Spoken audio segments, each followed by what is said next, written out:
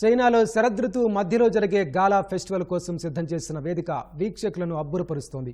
కళ్ళు మిరుమిట్లు గొలిపే విద్యుత్ అలంకరణ, అక్కడే 3D ఆకృతులు మంత్రముగ్ధులను చేస్తున్నాయి. షెన్యాంగ్ నగరంలోని డింగ్ షియాంగ్ సరస్సు ఒడ్డున ఈ వేదికను ఏర్పాటు చేశారు. గాలా వేడుక కోసం సుందరమైన సాహిత్య, కాల్పనిక కళాత్మకతను ప్రదర్శించడమే ఈ వేడుక ఉద్దేశంగా నిర్వాహకులు తెలిపారు.